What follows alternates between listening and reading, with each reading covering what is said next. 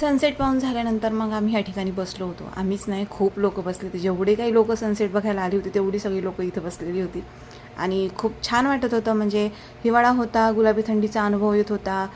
खूप जास्त थंडी नव्हती, खूप छान वाटत होतं आणि काही टेन्शन नव्हतं की बाबा घरी जाऊन स्वयंपाक करायचा आहे, खायचं आहे, असं काहीच वाटत नव्हतं.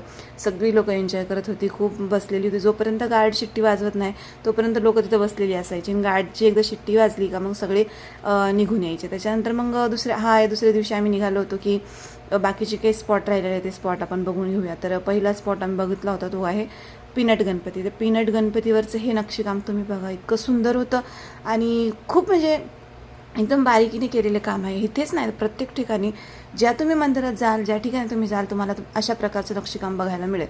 तर खूप सुंदर वाटत होतं तिथे. आणि मग गौरीला पण इथे खूप भारी वाटत होतं. ते पहिल्यांदा ते ट्रॅक्टर बघत होते. तिथे ट्रॅक्टर होता, त्या ट्रॅक्टरमध्ये काहीतरी दगडं वगैरे भरण्याचं काम चालू होतं आणि हिला तेच बघायचं होतं.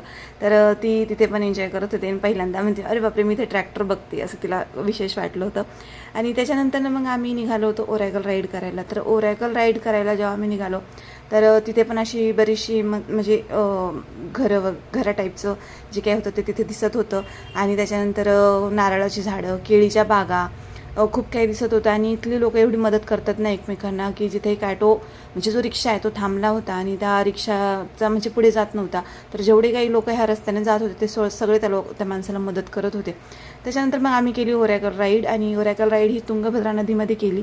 या तुंगभद्रा नदीला 12ही महिने पाणी असतं. म्हणजे कोणत्याच सीझनमध्ये याचं पाणी म्हणजे उन्हाळ्यामध्ये थोडं कमी होतं, पण 12ही महिने पाणी असतं आणि खूप सुंदर वातावरण होतं तिथे. पण आम्ही थोडेफार व्हिडिओज वगैरे काढले. त्याच्यानंतर हे जे ठिकाण आहे इथे 2-3 स्पॉट बघण्यासारखे आहेत. तर ॲक्च्युली मला नाव आठवत नाही आहे, पण तिथे खूप सुंदर आहे. तर हे जे स्पॉट आहे इथे असं म्हणतात की राणी इथे येऊन नृत्य करायची आणि तिच्यासोबत सगळ्याच्या मैत्रिणी पण असायच्या. बाकीचा भाग उद्याच्या ब्लॉगमध्ये. बाय.